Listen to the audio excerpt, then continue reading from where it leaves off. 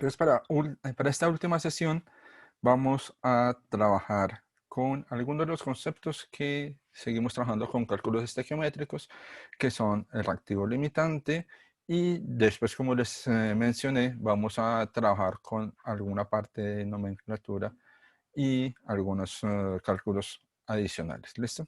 Entonces, si hablamos de reactivo limitante, entonces estamos hablando frente a lo que son las reacciones químicas, que en una reacción química pueda que los reactivos estén o no estén en una proporción exacta para que la reacción se dé completa. Entonces, en estos casos en los cuales la proporción no es exacta, vamos a tener que, calculando los coeficientes estequiométricos de cada uno.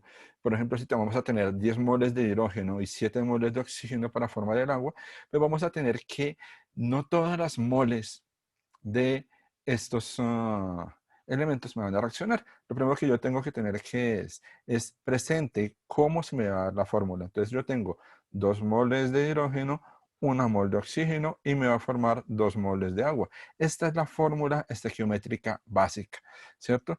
Pero si voy a mirar la reacción con la cantidad de moles que me está dando, entonces voy a tener algo básico, y es que se me van a generar oxígeno, ¿cierto? Y este oxígeno que tengo acá libre, ¿qué es? Es 2 moles de oxígeno que no fueron reaccionadas con el hidrógeno que tenía. Entonces, ¿qué quiere decir acá? Que mi reactivo límite, pues va a venir a ser o a convertirse en un reactivo limitante. Entonces, ¿qué va a pasar? El reactivo limitante es aquel que se consume por completo y va a limitar la cantidad del producto que se forma. Entonces, en este caso de esta fórmula del agua, mi reactivo limitante es el hidrógeno. Entonces, cuando se acabó el hidrógeno, ¿qué pasó? Que el resto de oxígeno que yo tenía en esta reacción no me reaccionó, sino me quedó como un residuo que no reaccionó. Entonces, fijémonos que cuando tenemos fórmulas químicas, lo primero que tenemos que mirar es, primero, que esté ajustada, y segundo, cuando tenemos este tipo de problemas, pues lo que vamos a tener que definir es cuál es el reactivo que me va a limitar la reactividad de mi ecuación química. ¿Listo? Entonces, para esto, fácilmente, ¿qué es lo que podemos ver? Que por lo general, ¿sí?, vamos a analizar cuál es el que tenga menor peso molecular, o aquel que siempre se consume primero en la reacción. Cuando tenemos esto, entonces podemos hablar de un segundo tema frente a la parte química, que es la parte de rendimiento. Si hablamos de rendimiento, entonces hablamos que podemos tener un rendimiento teórico en el cual la cantidad de producto que se va a ver es lo que por los cálculos me va a reaccionar con todo el reactivo limitante. Entonces, en un cálculo teórico siempre voy a tener la reacción perfecta.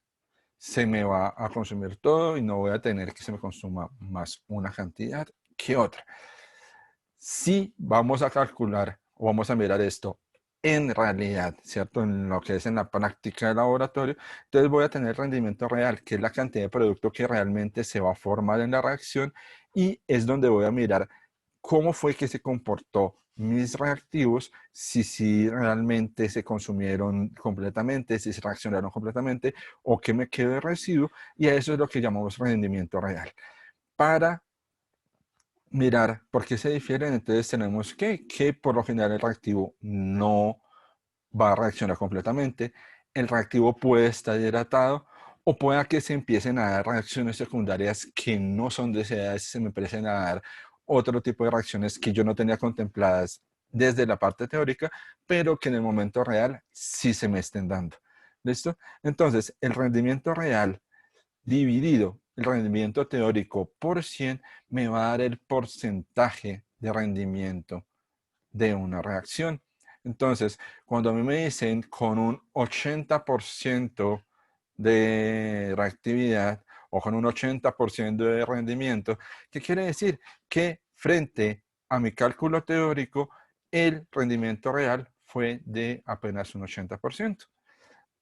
Lo ideal es que cuando hace uno un cálculo de rendimiento teórico, en el momento que lo lleve al laboratorio, le dé exactamente igual para que mi rendimiento sea del 100%. Pero por lo general no sea, entonces por eso este porcentaje de rendimiento trata uno de siempre acercarlo casi que a un 90%, 95%, ojalá que al 99%, para que la pérdida de reactivo sea lo menor posible. Pero, pues como les digo, hay reacciones secundarias que se pueden dar que no son deseadas. Esta parte es ya lo que empieza uno a controlar a nivel de laboratorio, o reactivos que ya empiezan a pasarse a estar hidratados y que empiezan por impurezas a generar otro tipo de cosas que no son adecuadas a nivel de un proceso en laboratorio. ¿Listo? Ya si vamos ya a los temas que de pronto empiezan ustedes a temerles, y es esta parte de disoluciones y cómo podemos encontrar o expresar estos términos de concentración. Entonces, fijémonos que ya hablamos de rendimiento, pero por lo general a nivel de rendimiento son muy pocas las cosas que podemos tener, ¿cierto? Pero si hablamos de disoluciones, entonces podemos hablar que podemos tener varias composiciones a nivel de las disoluciones. La primera es que vamos a tener un disolvente que va a ser el que vamos a tener en mayor cantidad. Vamos a tener un soluto que es el que vamos a tener en menor cantidad. Y este soluto pueden ser uno, dos o pueden ser varios. La concentración va a ser igual a la cantidad de soluto disuelta en una cantidad de disolvente. Y las unidades de concentración en las cuales podemos expresar esta concentración, entonces son las siguientes. Podemos tener la molaridad, la molalidad, la fracción molar, el porcentaje en peso o los gramos por litro. Estas son unidades de concentración que vamos a ir trabajando. ¿Listo? Entonces, molaridad, molalidad y fracción molar son unidades químicas, y cuando hablamos de porcentaje en peso y porcentaje de gramos por litro, son unidades de concentración físicas. Entonces vamos a tener esa diferencia a nivel de unidades de concentración. Entonces, nuestra primera unidad va a ser la molaridad. La molaridad es igual a las moles de soluto sobre el volumen del disolvente en litros. ¿Listo?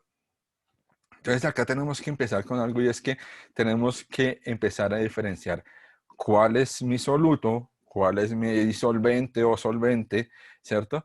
Y ya después de la flecha, o sea, para el otro lado de la flecha, en el lado de los productos, cuál es mi solución y cuál es mi residuo. ¿Listo? Entonces, ya son cosas que, si ustedes se dan cuenta, empezamos a analizar mucho en lo que son nuestras fórmulas. ¿Listo? Y esta unidad la vamos a dar siempre en moles sobre litro. ¿Listo? Entonces, cuando hablamos de las moles por el peso molecular, acordémonos que hablamos de los gramos, ¿cierto? Y pues acá tenemos fácilmente el procedimiento en el cual tenemos nuestro soluto, tenemos nuestro disolvente y tenemos nuestra reacción química. Esto es lo que medimos ¿en qué? En concentración de molaridad. La molaridad siempre la vamos a expresar con una M mayúscula. Molalidad. La molalidad la vamos a expresar con M minúscula, y la molalidad ya viene a hablarme de moles de soluto, pero fijémonos que aquí tenemos que empezar a utilizar esa fórmula de la densidad de la cual hablábamos en la sesión anterior. Y es que ya aquí no me están pidiendo litros de disolvente, sino me están pidiendo kilogramos de disolvente, lo cual quiere decir que en un ejercicio en el cual me pidan la molalidad y me estén dando el disolvente en litros, obligatoriamente me tienen que estar dando la densidad de ese disolvente para yo poder hacer la conversión a kilogramos. ¿Listo? Y sus unidades en moles por kilogramo. ¿Listo? Y si se dan cuenta, entonces acá lo que les estaba diciendo, entonces tenemos la densidad gramos sobre centímetro cúbico o sobre mililitro. ¿Listo? Fracción molar Entonces vamos a tener que X o la fracción molar es igual a las moles de soluto sobre las moles totales, siendo las moles totales las moles de soluto más las moles del disolvente. ¿Listo? Entonces, ojo con esto, que cuando yo haga este ejercicio de sacar las moles totales, ¿cierto? Que vienen a ser las moles de soluto, ¿cierto? Más las moles de solvente, ¿cierto? De disolvente, yo no puedo hacer esto. Moles de soluto cancelado con moles de soluto. ¿Por qué? Porque este más no me permite eliminar esa fracción, sino que tengo que sumar esto para que me dé las moles totales y no puedo eliminar ninguno de los factores de la ecuación. ¿Por qué se los menciono? Porque es de los errores más típicos que hay cuando sacamos fracción molar. Y una cosa para saber si la fracción molar me está quedando bien, y es que la fracción molar debe ser mayor que 0 y menor que 1. Si me da una fracción molar menor que 0 o mayor que 1, la fracción molar la calculé yo mal. Entonces, acordémonos bien esto. La fracción molar siempre va a ser mayor que 0 y menor que 1. ¿Por qué les digo que se acuerden? Porque es la respuesta a la pregunta que les hacen en el examen frente a fracción molar. Entonces, es la fracción molar de la siguiente ecuación y les dan todos los datos de estar y les dan varios rangos. Entonces, acuérdense de esto. La fracción molar siempre debe ser mayor a 0 y menor que 1. Y ahí tenemos lo que es O sea, nuestra fracción siempre molar. una fracción. Dime. O sea que el resultado siempre es un decimal o una fracción. Sí, señora. Exacto. O sea, en fracción molar siempre te debe dar o un decimal o una fracción. ¿Listo? Pero tiene que equivalerte a eso. Mayor que 0, menor que 1. No te puede dar números negativos, no te puede dar mayor a 1. Si te dio mayor a 1, hiciste un cálculo mal. ¿Y ¿Sí? si da uno tampoco? No, si te da 1, perfecto. O sea, si te da 1, te puede dar 1. ¿Sí? Te puede dar 1, te puede dar 0. ¿Por qué? Porque pueda que el, la fracción que estés midiendo, que es la fracción molar, tú la puedes medir tanto de soluto como de disolvente, ¿cierto? Tú puedes que tengas la reacción completa de un elemento. Entonces puede que simplemente tú estés hablando de agua y el agua, pues no le estás reaccionando con nada, pues la fracción molar debe ser de ¿cuánto? De 1, porque es moles de soluto sobre moles totales, entonces 1 sobre 1 pues es igual a 1, no hay ningún problema. Pero si te da más de 1, hiciste algo mal a nivel de la fórmula. Entonces acordémonos siempre de eso. Es una regla a nivel de química y a nivel de fracción molar. Y es eso. Fracción molar igual es mayor a 0, menor que 1. Acuérdense de eso. Ojalá, si están tomando apuntes, anótenlo, resáltenlo, enciérrenlo, eh, háganle florecitas, háganle todo para que se acuerden muy bien de eso. Fracción molar mayor a 0, menor que 1. ¿Listo? La otra, entonces, es el de tanto por ciento en peso, ¿cierto? Entonces, aquí hablamos de el porcentaje y ese porcentaje lo vamos a calcular con los gramos del soluto. Fijémonos que ya no estamos hablando de moles ni de kilogramos, sino estamos hablando de gramos de soluto y lo vamos a calcular sobre 100 gramos de disolución o ya nuestra solución completa, ¿cierto? Entonces, esta vamos a calcularla y este por lo general, digamos que en qué lo podemos ver. En algunas cuestiones a nivel industrial, a nivel de ingeniería, se trabaja mucho de tanto por ciento en peso o porcentaje peso a peso. Si hablamos de gramos a litro, entonces estamos hablando de el porcentaje peso a volumen y este lo calculamos por gramos de soluto sobre un litro de solución. Entonces, este porcentaje, por ejemplo, lo podemos ver fácilmente, digamos, en bebidas alcohólicas. Entonces, tanto por ciento de alcohol. Ahí estamos hablando de porcentaje de gramos por litro, ¿cierto? Y ojo con esto. Entonces, acá tenemos las fórmulas para que las tengamos claras. Molaridad, moles de soluto sobre volumen de disolución en litros. Molaridad, moles de soluto sobre kilogramo de solvente. Fracción molar, moles de soluto sobre las moles totales. Ya les expliqué cómo sacábamos las moles totales. Y si hablamos de las medidas de concentración físicas, tenemos el porcentaje peso a peso, que es gramos de soluto sobre gramos de disolución por 100. Y si es gramos a litro, tenemos gramos de soluto sobre un litro de disolución. Y ahí tenemos las unidades físicas. ¿Listo? ¿Cuál no trabajé acá? Normalidad. Porque acordémonos que normalidad es igual a ¿qué? A las moles de soluto sobre el número equivalente gramo de solución. Y ese número equivalente gramo lo sacamos de ¿qué? Lo sacamos de la cantidad de hidrógenos ácidos, de grupos hidroxilo o de radicales positivos, ¿cierto? De cationes, de la solución. Y esto ya es un cálculo diferente. La normalidad casi no se está utilizando en la actualidad. Mucho estamos trabajando molaridad, molalidad, fracción molar y a nivel de lo que son las unidades físicas. ¿Listo? Cuando hablamos de una dilución, entonces hablamos de qué? Hablamos de ese momento en el cual tenemos una solución con una concentración más grande y a partir de irlas diluyendo, vamos a obtener concentraciones más bajas. Entonces, para esto, ¿qué vamos a pasar? Que vamos a tener es una parte concentrada de la disolución y se le va a añadir disolvente y el número de moles de soluto nunca va a cambiar. O sea, voy a tener siempre el mismo número de moles de soluto, pero lo que voy a ir variando es el volumen de la solución. ¿Listo? Entonces, aquí vamos a calcular que el número de moles es como la masa por el volumen en litros, ¿cierto? Y esta formulita es básica para que nosotros la tengamos en cuenta. Entonces, la masa inicial por el volumen inicial es igual a la masa final por el volumen final.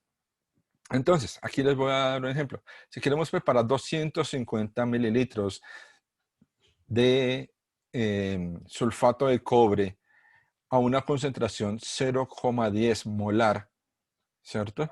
Y tenemos ese sulfato de cobre a una concentración 1 molar, tenemos que hacer esas diluciones consecutivas. Entonces, ¿qué vamos a hacer? Pues vamos a calcular nuestro volumen inicial, ¿cierto? Entonces tenemos 250 mililitros por una concentración de 0,1 dividido 1 mol, ¿cierto? Y acá vamos a tener que el volumen inicial que yo tengo que tomar va a ser de 25 mililitros.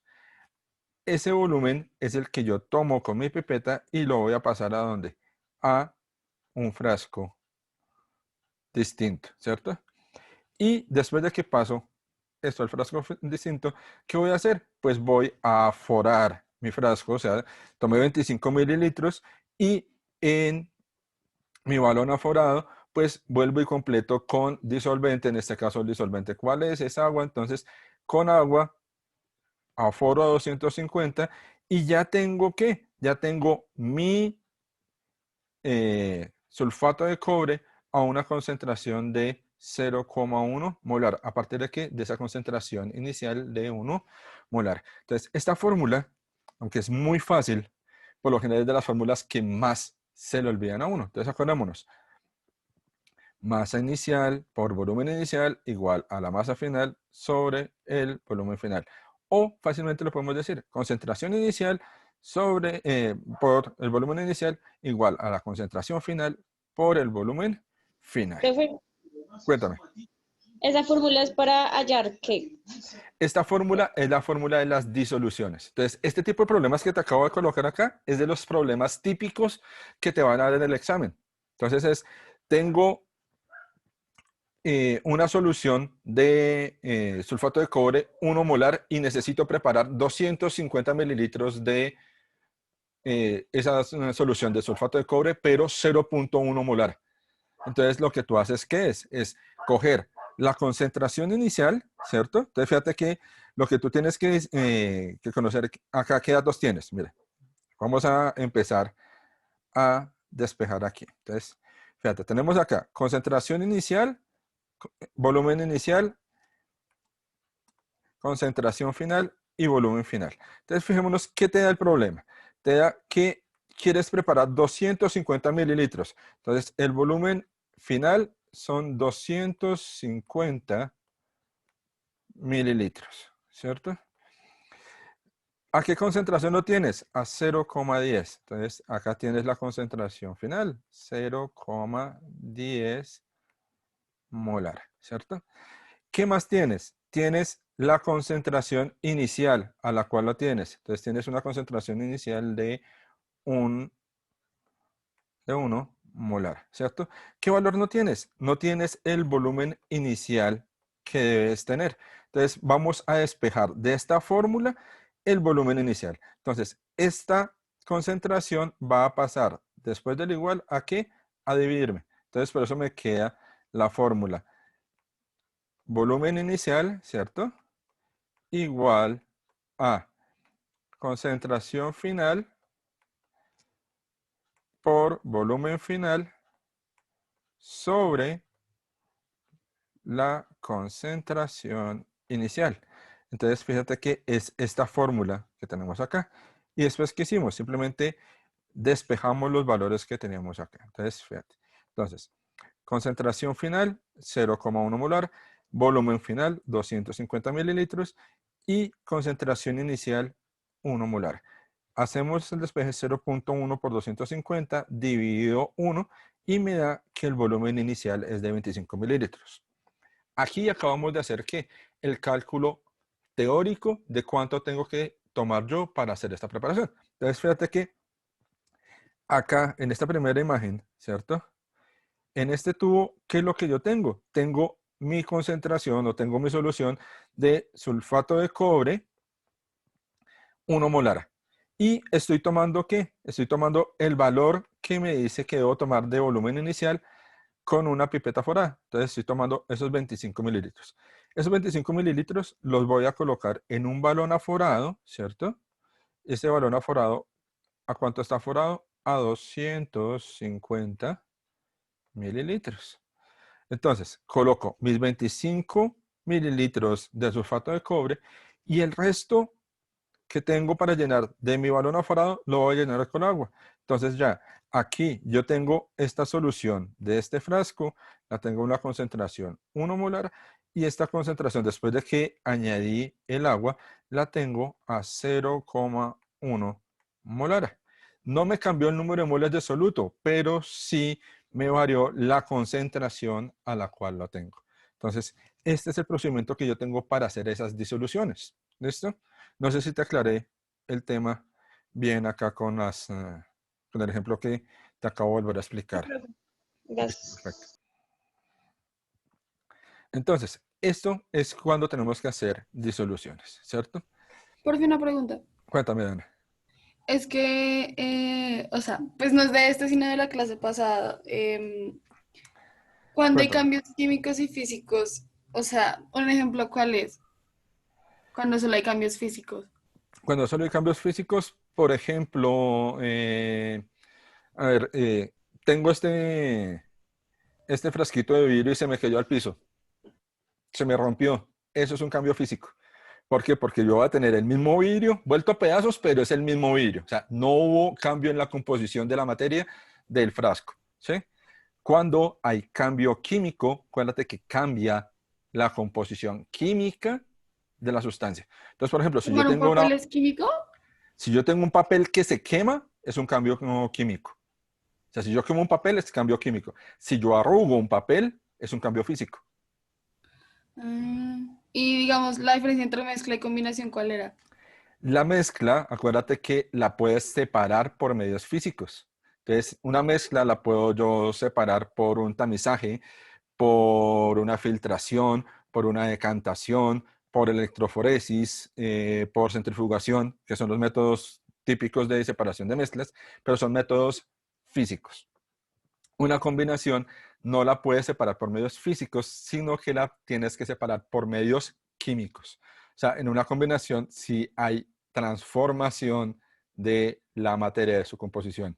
¿Listo? Entonces, fácilmente podría decir yo algo así, como que en una mezcla tú tienes un cambio físico y en una combinación tienes un cambio químico. ¿Listo? Entonces, por eso, cambios físicos los separas por medios físicos. Cambios químicos los separas por medios químicos. ¿Listo? No sé si te quedó claro. Sí, sí, señor, gracias. Perfecto. ¿Listo? Tengo una pregunta. Sí, ¿quién tiene la pregunta? Creo que, digamos, a uno no le puede poner también como las fórmulas, porque es como bastante difícil aprender de todas las fórmulas. Las fórmulas que les acabé de dar, las de la diapositiva pasada. Sí, profesora, en general, digamos, si por ejemplo nos piden como solucionar un proceso así, ¿a uno le dan las fórmulas? Si te dan problema de gases, te van a dar la PV igual a NRT, ¿sí? Aunque uno se la sabe. Pero las de concentraciones, hay veces en las cuales no te dan la fórmula porque asumen que tú las estás manejando. Pero hay veces que sí le colocan a uno, teniendo en cuenta que la molaridad es la relación que existe entre las moles de soluto y los litros de disolución. Entonces, si yo tengo una concentración de tanto, y sigue el problema, ¿sí? O sea, te pueden dar un contexto en el cual te dan la fórmula, no como tal, esta es la fórmula, pero sí te la están describiendo en el contexto. Pero hay veces que no te la dan porque simplemente asumen que tú ya manejas las fórmulas. ¿Listo? Entonces, por ejemplo, la nacional no te da Listo, fórmulas. ¿Sí? El ICFES pueda que te las dé, pueda que no te las dé. Las preguntas del ICFES no, tienden a no ser tan complicadas, sino que el que lo complica a uno es su propia cabecita a veces. ¿Listo? Listo. profe, gracias. Listo. Entonces, ahora, cuando vamos a mirar esa parte de la concentración, entonces vamos a empezar a calcularlas desde qué, desde las disoluciones que podamos tener a partir de una reacción estequiométrica conocida, ¿cierto? Entonces, en esta, ¿qué es lo que vamos a hacer? Siempre vamos a ir mirando cómo se va a dar la transformación de las sustancias químicas. ¿Para qué? Para mirar en qué transformación vamos a tener. Por lo general, siempre que hacemos una valoración o una titulación, vamos a utilizar ¿qué? Vamos a utilizar una sustancia que me va a servir de indicador. La típica que siempre hacemos en laboratorio, ¿cuál va a ser? Ácido clorhídrico e hidróxido de sodio. Y vamos a encontrar la fenolftaleína como el indicador. ¿Cierto? Entonces, no sé si de pronto ustedes alcanzaron a hacer esto en laboratorio, esto por lo general se hace en grado décimo, ¿sí? Y es que colocamos la solución de ácido, ¿cierto? Y empezamos con una bureta a simplemente dejar caer unas goticas de hidróxido de sodio en ese ácido. Antes de empezar a hacer esto, pues obviamente le añadimos la fenolftaleína para que me sirva de indicador. Si mi sustancia es un ácido, ¿qué va a pasar? Pues que se va a mantener de color transparente. En el momento en el cual empieza a neutralizarse, empieza a cambiar el indicador y se empieza a volver, ¿qué? Se empieza a volver fucsia, ¿sí? Y ya si me paso, entonces empieza ¿qué? A volver a cambiar de color. Esto, por lo general, lo hacemos ¿para qué? Para neutralizar las sustancias.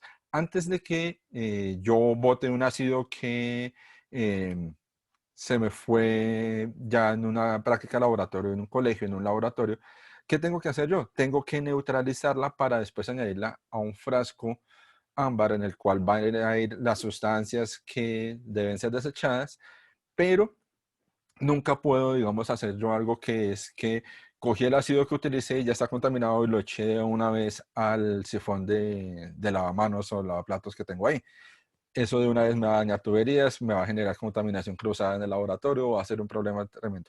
Siempre tengo que hacer esta titulación, esa neutralización de los valores. Ahora, ¿qué es lo que puedo calcular yo acá? Pues el volumen final que yo necesito, por ejemplo, de hidróxido de sodio para neutralizar esos 20 mililitros de ácido que yo tenía. Entonces, a veces les preguntan a ustedes, ¿cuánto hidróxido de sodio es necesario para neutralizar 20 mililitros de ácido clorhídrico? ¿Sí? O les colocan, necesito 2 moles de hidróxido de sodio para neutralizar ácido clorhídrico, pero si utilizo hidróxido de calcio, entonces puedo gastar 1 mol. Entonces les piden que hagan ustedes esas relaciones que por lo general siempre las van a sacar de qué manera, reglas de 3, y es analizando reacciones ácido-base. ¿Qué cantidad de una base necesito yo para neutralizar una cantidad de ácido, ¿cierto? Y en una reacción ácido-base tengamos en cuenta algo básico, y es que siempre mi ácido va a ser mi reactivo limitante. Entonces ustedes nunca vayan a trabajar con la base, sino trabajen con el ácido, que va a ser que mi reactivo limitante. O sea, ese es el que se va a consumir por completo. Y si se dan cuenta ustedes acá, cuenta aquí en la gráfica, que vamos a tener que lo que me va a sobrar, lo que no me va a reaccionar completamente, ¿qué es? Es mi base. Entonces, siempre acuérdense que va a ir la base sobre el ácido y no al contrario, el ácido sobre la base. ¿Listo? Listo. Y pues todo esto, imagínense, eso surgió desde lo que fue un laboratorio alquimista desde 1650. Entonces son cosas que se han venido haciendo desde laboratorios rudimentarios, pero que todavía estamos en práctica actualmente. ¿Listo? Listo. Hasta aquí, fijémonos que a qué me dediqué el día de hoy en la clase. La semana pasada teníamos problemas, y los problemas que teníamos era que no sabíamos de dónde salían los datos, ¿cierto? Entonces, hoy ya sabemos de dónde salen los datos para analizar un problema. Pasos para analizar un problema antes de pasar a la parte de formulación y nomenclatura química, inorgánica y la parte de orgánica.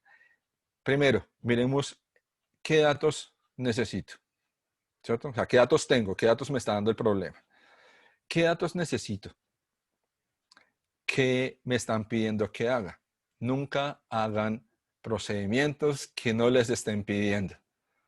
Entonces, si a mí me están pidiendo la concentración molar, no tengo que sacar fracción molar, no tengo que sacar molalidad, no tengo que calcular el porcentaje de peso a peso, no tengo que pasar a moles, no tengo que calcular el número de litros si me los tengo en gramos. Miren qué es los datos que tienen y qué les están pidiendo que hagan. ¿Por qué? Porque ustedes necesitan analizar exactamente qué es lo que tienen que hacer. El hacer procedimientos que no se debe puede confundirlos y les está haciendo perder tiempo. ¿Listo? Entonces siempre miro qué datos tengo, qué datos me están pidiendo que haya y qué procedimiento tengo que hacer.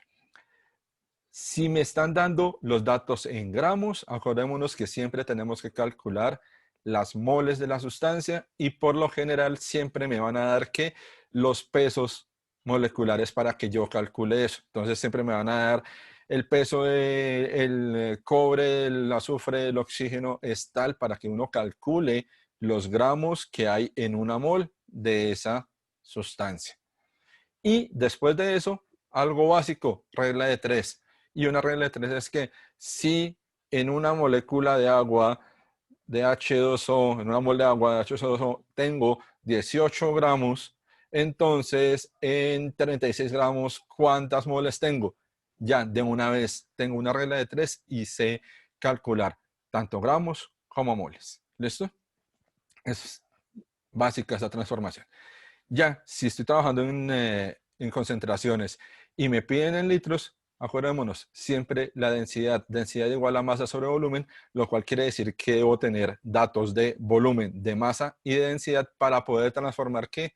Esa fórmula. Siempre voy a tener 2 y me va a faltar 1. Ese es el que tengo que hallar.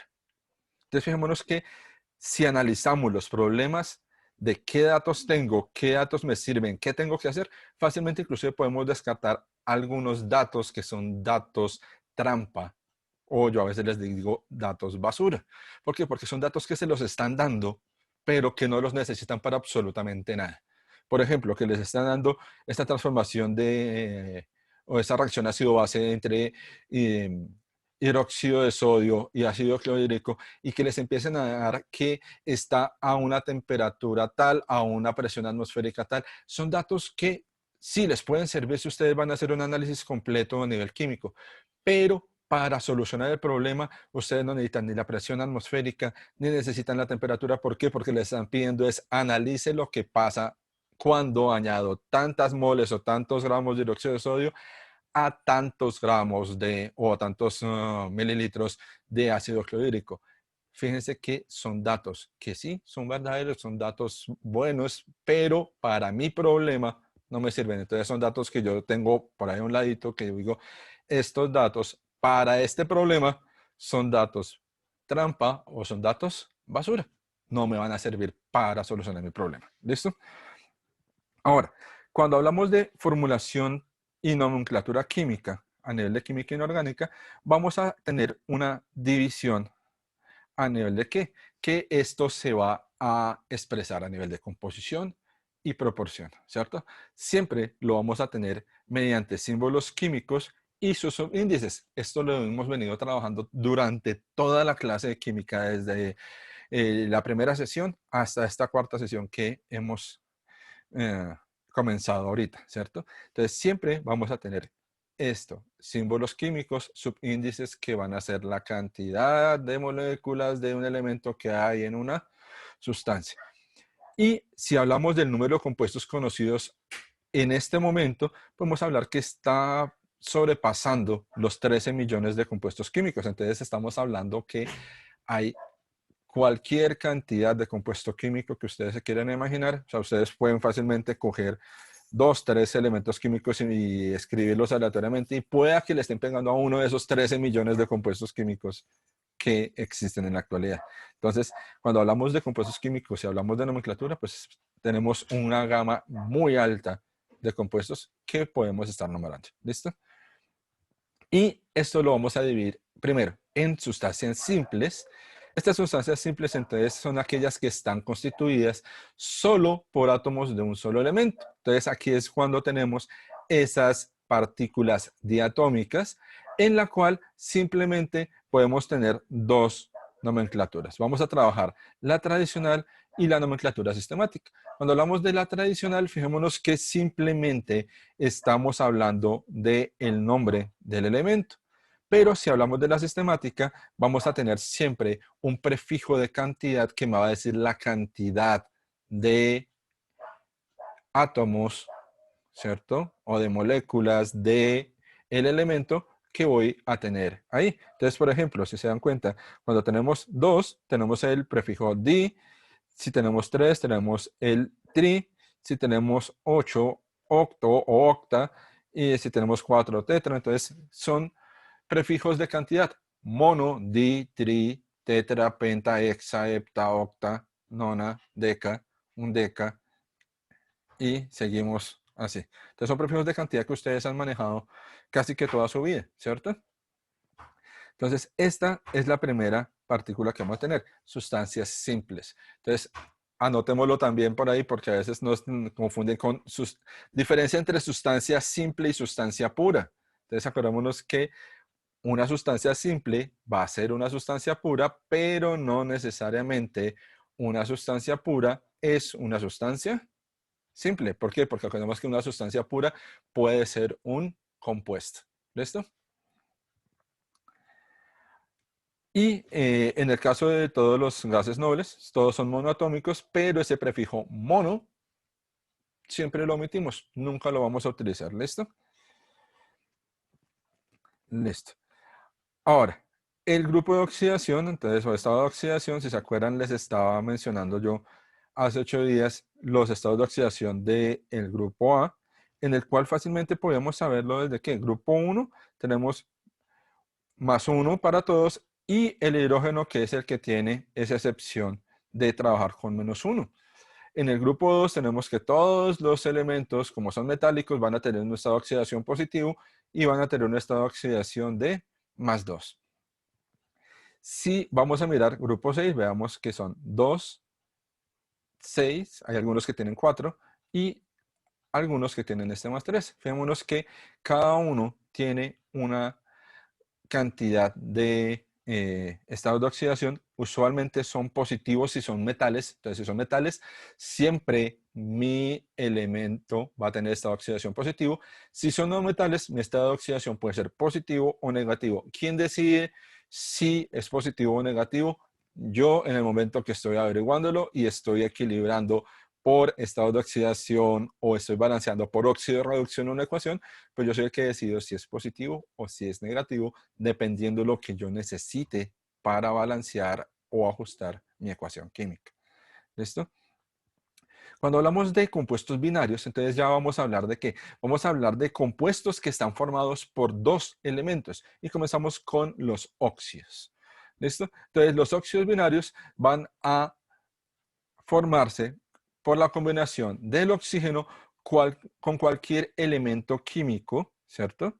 Y estos óxidos pueden dividirse en óxidos metálicos, en los cuales voy a tener las combinaciones del oxígeno con cualquier metal,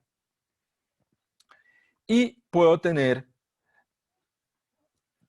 también lo que es los, bueno, a nivel de nomenclatura de óxidos metálicos, entonces vamos a tener sistemática, vamos a tener el prefijo. Acordémonos que este prefijo es de cantidad, puede ser mono, di, tri, tetra, penta, hexa, hepta, octa, ahí todos los que queramos, ¿cierto?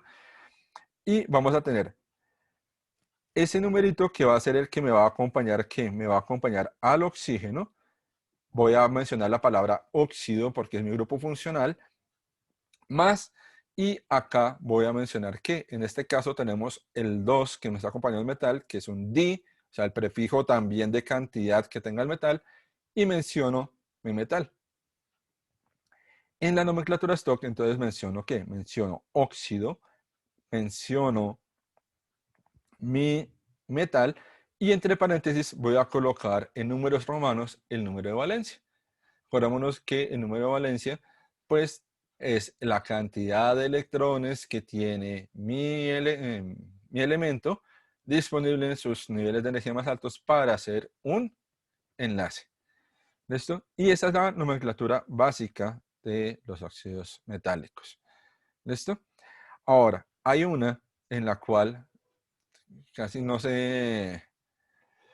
Es la que de pronto más complique tiene, que es que esta tradicional en la cual vamos a tener prefijos de hipo, per y terminaciones oso e ico. Entonces, cuando tiene un solo estado de oxidación mi metal, vamos a trabajar con el prefijo oso. Perdón, con la terminación oso. ¿Listo? Cuando tiene dos estados de oxidación, con mi menor estado de oxidación voy a trabajar la terminación oso, con la mayor voy a utilizar mi terminación ico. Cuando tengo tres estados de oxidación, voy a trabajar el menor estado de oxidación con el prefijo hipo y la terminación oso, la que le sigue con la terminación oso y la mayor con la terminación ico. Si tengo cuatro estados de oxidación, entonces sigo exactamente igual acá como lo estoy manejando cuando tiene tres, pero si hay ese cuarto, entonces voy a utilizar el prefijo per. ¿Listo? Y hay casos, sobre todo es en los metales de transición, como por ejemplo el manganeso, que tiene 5 estados de oxidación. Entonces, en el más grande de los estados de oxidación, vamos a trabajar el prefijo hiper. ¿Listo? Entonces, este hiper se trabaja solo teóricamente. ¿Por qué? Porque no se ha encontrado que se puede dar, pero como les dije, son 13 millones de compuestos. Puede que sí se pueda dar en algún momento, pero que termine degradándose rápidamente alguno de los otros compuestos químicos de ese elemento. Entonces, para que tengamos en cuenta eso a nivel de nomenclatura tradicional. ¿Listo? Listo. Entonces, permítame, cerramos acá. Listo. Entonces, por ejemplo, acá tenemos quizás de los más utilizados, el feo y el feo más grande y el litio. Entonces tenemos óxido de hierro. Veamos bien los subíndices. Entonces tenemos en sistemática monóxido de hierro. ¿Por qué mono? Porque fijémonos que solo tenemos un oxígeno y el hierro, como está solo uno, lo podríamos mencionar monóxido de monohierro, pero ese mono a nivel del metal lo podemos omitir sin ningún problema. En la stock tenemos óxido de hierro y tenemos mi estado de oxidación en números romanos. ¿Cómo sé que ese es mi estado de oxidación?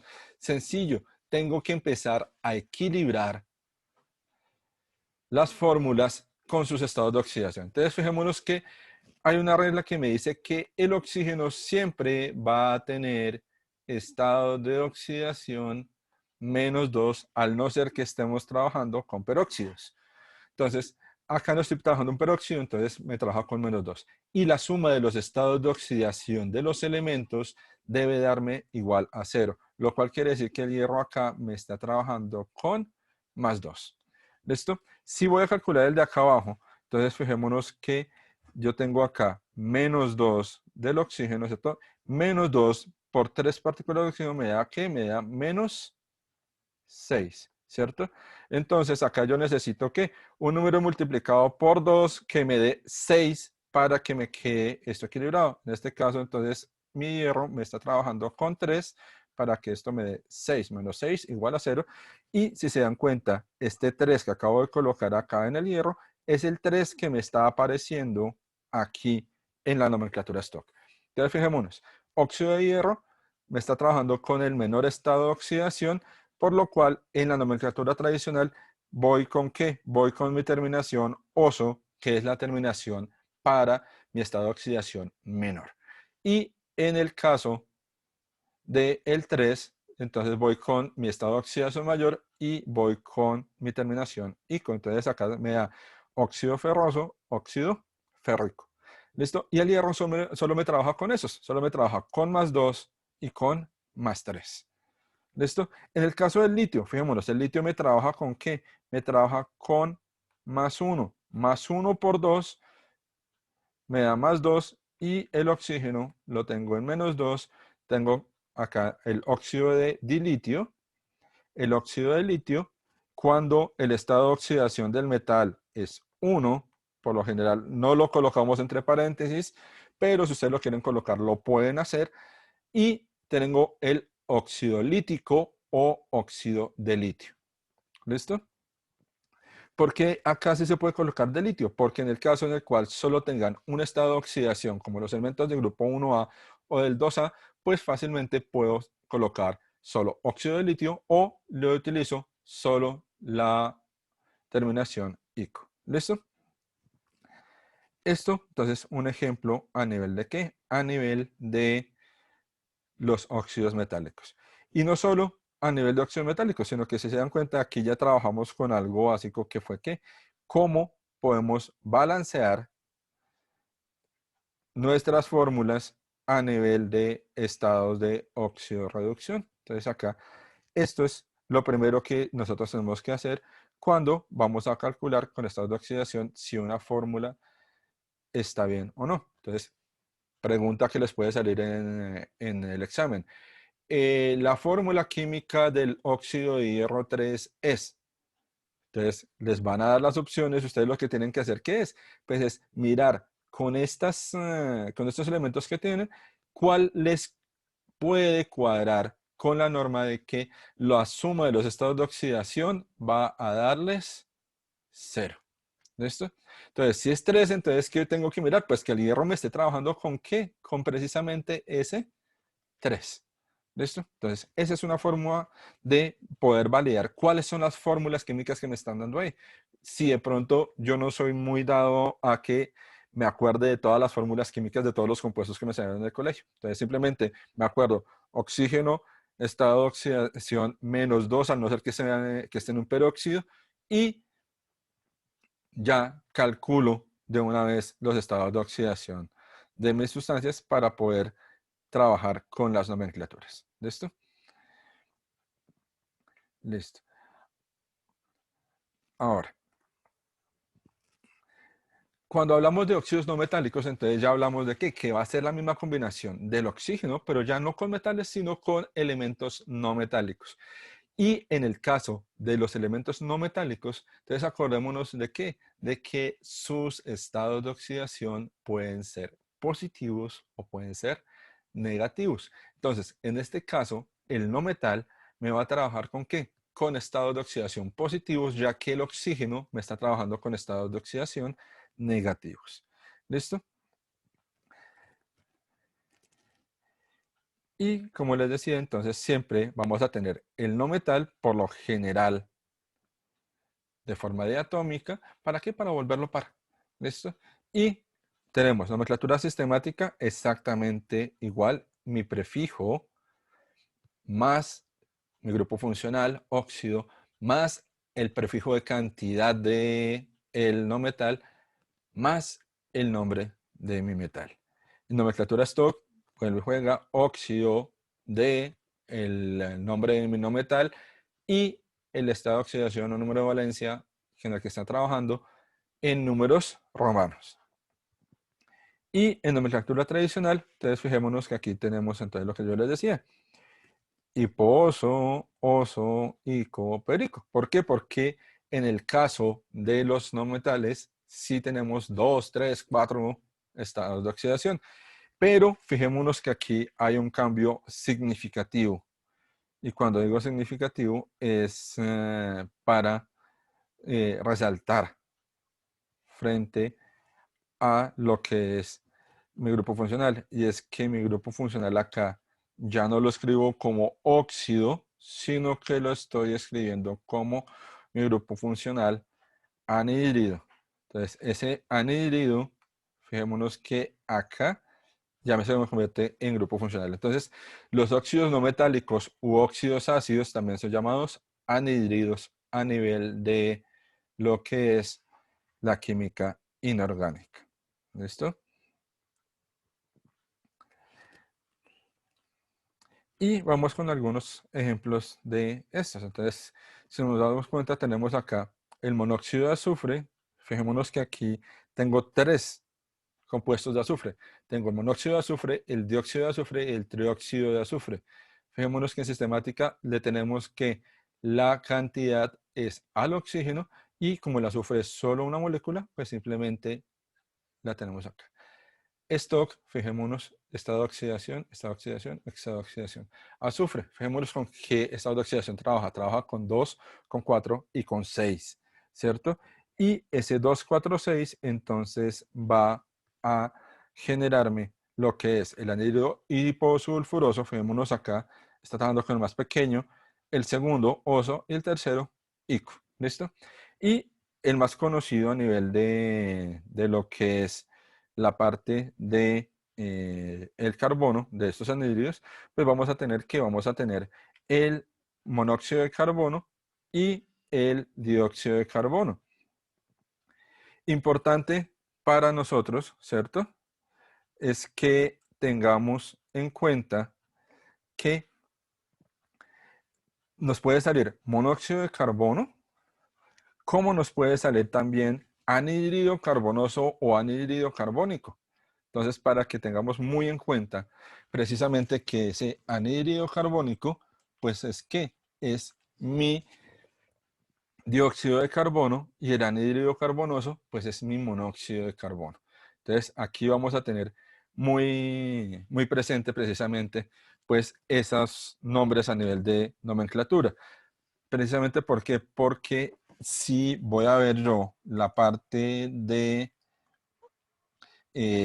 las preguntas del examen, pues ese suele ser uno de los problemas que se me presenta, precisamente que ese anhídrido carbonoso o anhídrido carbónico, pues yo no lo estoy reconociendo como la partícula que es. ¿Listo? Entonces, acá tenemos esta situación frente a los óxidos ácidos u óxidos metálicos. Ahora, sigamos con partículas dobles, ¿cierto? O sustancias dobles, en las cuales vamos a trabajar fácilmente, ¿cierto? Entonces, podemos trabajar con lo que son los hidruros y estos hidruros van a ser las combinaciones de el hidrógeno con cualquier elemento químico.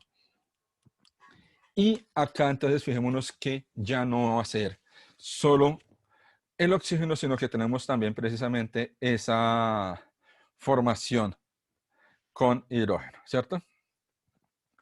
Ahora, Los hidruros metálicos, entonces vamos a tenerlos como hidrógenos reaccionando con elementos metálicos. Entonces, básico, el hidrógeno, en este caso, en el caso de los hidruros, no me va a trabajar con un estado de oxidación +1, sino que me va a trabajar con un estado de oxidación -1. Y es una de las únicas excepciones en las cuales me trabaja el hidrógeno con ese estado de oxidación. ¿Listo? Entonces, el estado de oxidación normal del hidrógeno va a ser siempre +1, a excepción de que me esté trabajando en un hidruro metálico en el cual su estado de oxidación va a ser -1. Las nomenclaturas que voy a tener para estos óxidos, para estos hidruros metálicos, entonces, ¿qué van a hacer? La primera, nomenclatura sistemática, vamos a tener el prefijo, vamos a tener... Profe, no se escucha nada. Permíteme un momentico ya, entonces, no sé si mejoró un poco el audio. Profe, yo sí te escucho bien. Profe, yo también te escucho. Sí, Yo también te escucho normal, profe. Listo, perfecto. Así es que estoy teniendo un poquito de problema, sobre todo con la cámara, pero sí estoy tratando de... Así, si se me queda trabado en algún momento o algo, por favor me avisan para mirar cómo lo soluciono. Sí, en este momento no me están viendo porque sí, la cámara se me desconectó en este momento, pero ya ahorita la vuelvo a activar en tal caso, no hay ningún problema. Es importante que me estén escuchando. Entonces, nomenclatura sistemática. Entonces tenemos el prefijo, nuestra introducción a nuestro grupo funcional, que es IR, y vamos a terminar con la palabra uro, ¿cierto? La terminación uro, de y menciona mi metal.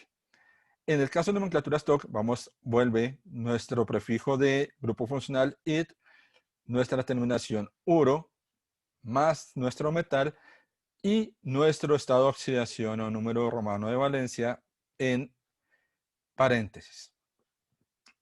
Y no vamos a tener, perdón, acá se me trabó fue la presentación, permítame un momentico. Y a nivel de nomenclatura tradicional, entonces volvemos hidruro como mi grupo funcional y vamos a tener igual prefijo hipo, oso para la más pequeña, oso para la más medio, ico para la mayor. Si trabaja con solo un estado de oxidación, acordémonos que el prefijo es el prefijo ico. ¿Listo? Y acá entonces voy a darles algunos ejemplitos de estos hidruros. Entonces tenemos el dihidruro de calcio. Fijémonos que volvemos en sistemática, es muy importante el prefijo de cantidad de el hidrógeno, ¿cierto? Y de mi metal. En este caso tenemos hidruro de calcio, hidruro de litio, trihidruro de hierro, dihidruro de estroncio, si se dan cuenta. En la stock vamos con nuestro estado de oxidación.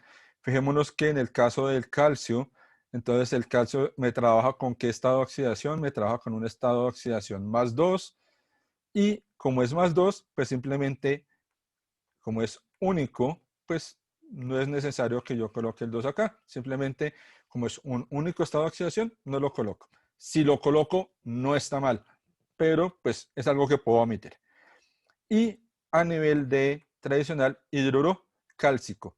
¿Por qué ico? Porque siempre que tengamos un estado de oxidación único, mi terminación va a ser ico. Por eso acá tengo en el calcio ico, en el litio ico, ¿cierto? Porque su estado de oxidación es único, ¿sí? Fijémonos que en el caso del hierro volvemos a ¿qué? A 2 y 3, ¿cierto? Y en este caso, entonces, fijémonos en qué estado de oxidación está trabajando el hierro. Está trabajando con un estado de oxidación +3, ya que el hidrógeno me está trabajando con un estado de oxidación -1. Es -1 por 3, -3, +3 me da 0 y ya tengo equilibrado acá mi fórmula y sé que mi hierro me está trabajando con 3 y como estamos trabajando con el mayor, me trabaja con ico.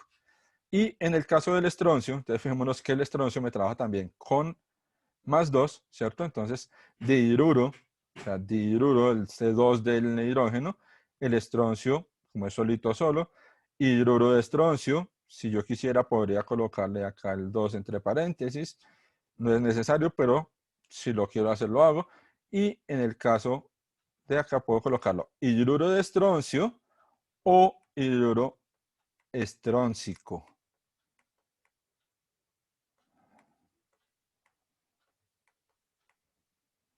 ¿Listo? Pero pues lo más conocido es que hidruro de estroncio. Acordémonos que podemos colocar en estos que solo tienen un estado de oxidación la terminación ico o podemos colocar, por ejemplo, acá en este caso hidruro de calcio, hidruro de litio y nos va a quedar exactamente igual, nos va a quedar bien nuestra nomenclatura. ¿Listo? Entonces, como les digo, estamos haciendo un repaso muy general de lo que es nomenclatura a nivel inorgánico. ¿Listo? Y podemos tener también lo que son los haluros de hidrógeno o también conocidos como hidruros metálicos, hidruros no metálicos. Entonces aquí va a ser que la unión del hidrógeno con elementos no metálicos del grupo 6A y del grupo 7A. ¿Listo? O sea, solo va a ser eso, hidrógeno con elementos del grupo 6 y del grupo 7. ¿Listo? En algunos casos podemos tener algunos del grupo 5, pero digamos que por lo general vamos a trabajar solo con esto. Grupo 6, grupo 7. ¿Listo? Y acá entonces vamos a tener lo que es el prefijo de mi elemento, ojo con esto, más la terminación uro.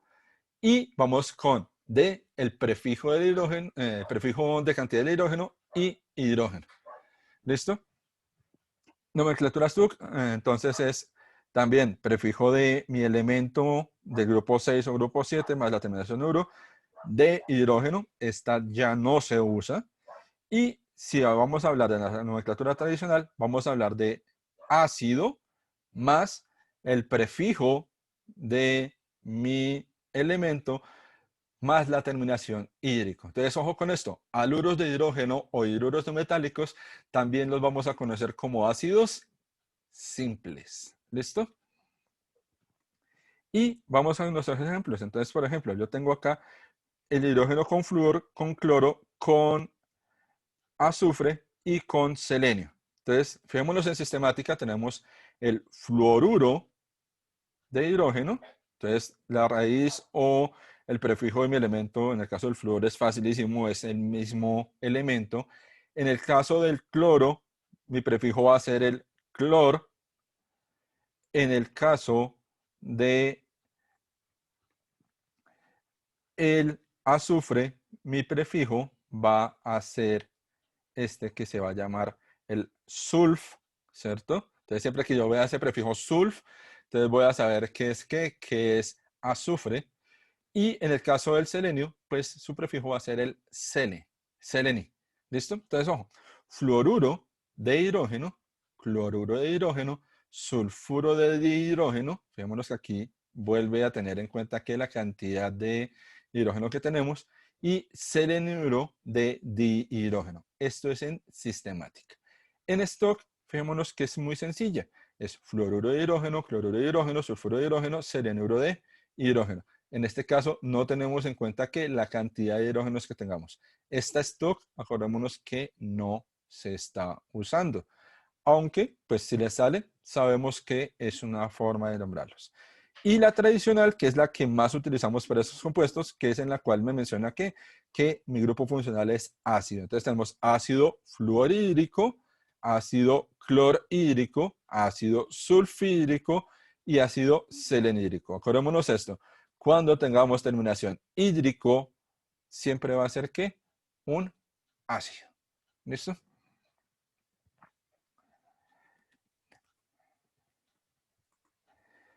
Listo. Y tenemos lo que son hidruros volátiles o hidruros no metálicos, ¿cierto? Y esta va a ser la combinación de hidrógenos con elementos no metales de los grupos 3, 4 y 5A. En este caso, entonces vamos a tener la nomenclatura en la cual tenemos nuestro prefijo, nuestro grupo funcional ir, la terminación uro, más de el elemento, ¿cierto? Y vamos a tener nomenclatura stock hidruro de nuestro elemento del grupo 3, 4 o 5 más el número de oxidación. Y en la nomenclatura tradicional vamos a tener unos nombres propios admitidos. ¿Listo? Entonces vamos a mirar algunos ejemplos de estos. Entonces, por ejemplo, tenemos el NH3, trihidruro de nitrógeno, ¿sí? Este es el hidruro de nitrógeno 3, pero nosotros normalmente lo conocemos como amoníaco. ¿Listo? pH 3, tenemos trihidruro de fósforo, hidruro de fósforo 3, pero comúnmente lo vamos a conocer como la fosfina. Trihidruro de arsénico, hidruro de arsénico 3, o la arsina, la estibina, que es el hidruro de antimonio 3, y el tretahidruro de carbono o hidruro de carbono 4, que nosotros fácilmente lo vamos a conocer como metano. ¿Listo? Entonces, si se dan cuenta, estos son de uso industrial y lo utilizamos más a nivel de nuestra nomenclatura tradicional. El amoníaco a nivel de limpieza, a nivel de gas, es un gas fumigante inoloro. La fosfina es gas tóxico. La arsina un mineral opaco. La estribina es un hidrocarburo. Y el metano, pues, es un combustible de uso industrial bastante conocido. ¿Listo? Entonces, esta es la nomenclatura que podemos tener fácilmente. ¿Para qué? Para el amoníaco, fosfina, arsina, estibina, metano. Esos son algunos de estos ejemplos de este tipo de sustancias. ¿Listo? Profe, ¿hay terminaciones en ato? Sí, ya vamos para allá, ya vamos para allá. Entonces, ¿qué pasa? Que hasta ahora estamos en compuestos binarios, ¿cierto? Entonces, acuérdate que compuestos binarios, si te das cuenta, no tenemos más de 2 elementos formándonos la molécula. Cuando pasamos a elementos terciarios, entonces ahí puede haber un cambio a nivel de la nomenclatura en la cual vamos a tener esas terminaciones ato e ito, pero ya les explico ese cambiecito a nivel de la nomenclatura. Entonces, sales binarias, entonces vamos a tener que son combinaciones entre elementos que van a ser metálicos y no metálicos, pero no incluyen ni el oxígeno ni el hidrógeno. Entonces, esas sales por lo general van a ser sales neutras entre un metal y un no metal. ¿Listo? Y su nomenclatura es muy fácil. Entonces vamos a tener ¿qué? Vamos a tener el prefijo de el no metal más la terminación uro de el prefijo del metal y menciono mi metal. Esa es la sistemática, esa es la más fácil. Vamos a tener también prefijo del no metal más la terminación uro de el nombre de metal y su estado de oxidación en números romanos. Y en tradicional vamos a tener prefijo del no metal más la terminación uro más el prefijo de mi no metal, perdón, de mi metal, más los prefijos hipo-oso, oso, oico, según corresponda por el estado de oxidación. Y acá vamos a traerles algunos de los más conocidos, aunque no les traje el más conocido que ustedes conocen. Entonces, veamos. El monofluoruro de litio, acá fácilmente también puede hacer fluoruro de litio como en la stock, o sea, puede coincidir. Y en la tradicional, fluoruro lítico o fluoruro de litio. O sea, puede prácticamente quedar igual en las tres nomenclaturas, en este caso el litio. ¿Listo? En el caso de el bromuro de oro, entonces fijémonos, tribromuro de oro, entonces acá tenemos 3 de bromo, entonces tribromuro de oro, el bromuro de oro 3 o el bromuro áurico. Y ojo acá con esto porque aquí ya empieza a verse el prefijo del metal también. Entonces el prefijo del oro es auro. ¿Listo? Entonces fijémonos que es que ese prefijo en latín, de donde viene el origen del símbolo. Entonces, el bromuro áurico, entonces aur, prefijo del oro, y ico porque está utilizando ¿qué? Mi estado de oxidación más alto. ¿Listo? Monosulfuro de disodio, entonces monosulfuro, ¿por qué? Porque está solo un azufre, disodio porque son 2 sodios, sulfuro de sodio, no colocamos acá el 2, ¿por qué? Porque es un estado de oxidación único, y sulfuro sódico, terminación ico, porque es el estado de oxidación más alto. ¿Listo? Y disulfuro de estaño, disulfuro, 2 azufres, prefijo sulf, estaño sin estado sin ningún número, ¿cierto?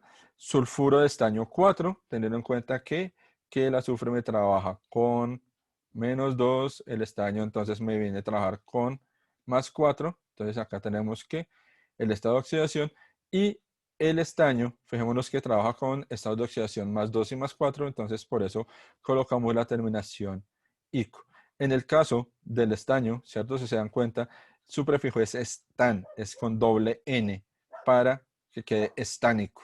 ¿Listo? Entonces, esa ñ la cambiamos por una doble N. Y estos entonces son las sales binarias. ¿Listo? Entonces, acá estamos viendo que compuestos binarios eran compuestos sencillitos formados por dos elementos. Cuando hablamos de compuestos ternarios, entonces ya hablamos que a estos compuestos binarios van a sufrir alguna reacción química que me le va a ayudar a formar un compuesto ternario. Y estos compuestos ternarios entonces los podemos dividir en 4 grupos: en los hidróxidos, en los oxácidos, en oxisales y en sales ácidas o hidrácidos o sales de hidrácidos. ¿Listo? Entonces vamos a comenzar a mirar esos grupos para que vayamos conociéndolos. Entonces, hidróxidos, entonces vamos a tener, es una unión entre el grupo hidróxido y un metal. Y ojo con esto, fijémonos aquí en esto que me va a decir que mi grupo hidróxido trabaja con un estado de oxidación -1. Fíjense bien esto, no es ni el oxígeno ni el hidrógeno, sino es ese complejo OH el que va a estar trabajando con estado de oxidación -1. Entonces aquí hablamos de el ion hidróxido. ¿Listo? Y este ion hidróxido, entonces, por lo general se van a dar que sales binarias que se van a disolver en agua se me van a formar como bases, ¿cierto? O hidróxidos. Acá, ¿cuál es la nomenclatura que se recomienda? Se recomienda que se trabaje siempre la nomenclatura stock. Aunque, pues igual, pues existen las otras nomenclaturas. De nomenclatura sistemática, el prefijo más la palabra hidróxido de, y menciono mi metal. En la stock, que es la recomendada, hidróxido de, menciono el metal y el estado de oxidación del metal en números romanos. Y en la stock, entonces, hidróxido de hidróxido, prefijo del metal, más la terminación oso o ico, o el prefijo hipo o per, dependiendo si se necesita. Ejemplos, por ejemplo, aquí tenemos el más conocido, que es el hidróxido de sodio, ¿cierto? Pero vemos que en sistemática tenemos monohidróxido de sodio, en stock, que es la recomendada hidróxido de sodio, y en tradicional hidróxido sódico. ¿Listo? Hidróxido de calcio, entonces fijémonos que en sistemática sería el dihidróxido de calcio, porque está mirando el subíndice que tiene acá el ion hidróxido. Hidróxido de calcio en la stock y hidróxido cálcico en tradicional. Terminación ico, vuelve y juega. ¿Por qué? Porque el calcio solo tiene un estado de oxidación. En el caso del hierro, entonces veamos trihidróxido de hierro. Entonces, veamos acá de una vez que el hierro está trabajando con 3. Entonces, en la stock, hidróxido de hierro 3. Y si quiero la tradicional, hidróxido férrico, porque me está trabajando con su mayor estado de oxidación. Y el mismo caso a nivel del aluminio. Hidróxido de aluminio o trihidróxido de aluminio o hidróxido alumínico. ¿Por qué? Porque el aluminio me trabaja solo con estado de oxidación 3. ¿Listo? Entonces, estos son los ejemplos a nivel de hidróxidos. ¿Listo?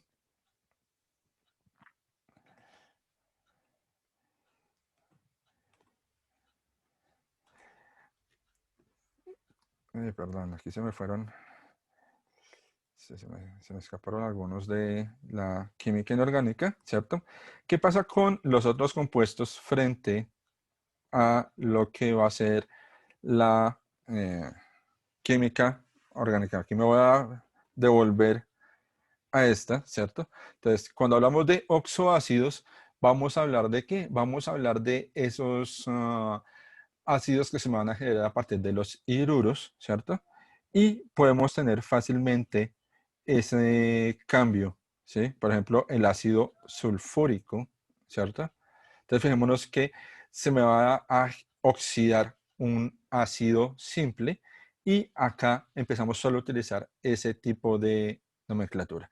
Ese cambio que me estaban preguntando ahorita frente a lo que es nomenclatura, que me decían que si utilizábamos el ato o el hito. Entonces acordémonos que nosotros veníamos utilizando hasta acá los hidróxidos, ¿cierto? Y oxoácidos, utilizando los prefijos oso e ico, ¿cierto? En las oxisales vamos a empezar a utilizar los prefijos ito y ato. ¿Cuál es la diferencia en oxisales? Que este prefijo ya no va a ir en la parte final, sino que va a ir en la parte inicial. Entonces, por eso hablamos de sulfato de cobre, bicarbonato de sodio, ¿sí? Entonces, fijémonos que va a ir en la parte inicial este prefijo y ya dejamos de utilizar el oso y el ico. Entonces, por ahí algunos profesores de química entonces dicen, en las oxisales empieza a darse la siguiente relación, que cuando el oso toca el pito, baila el mico con el gato. Entonces, oso cambia por ito e ico cambia por ato. ¿Listo?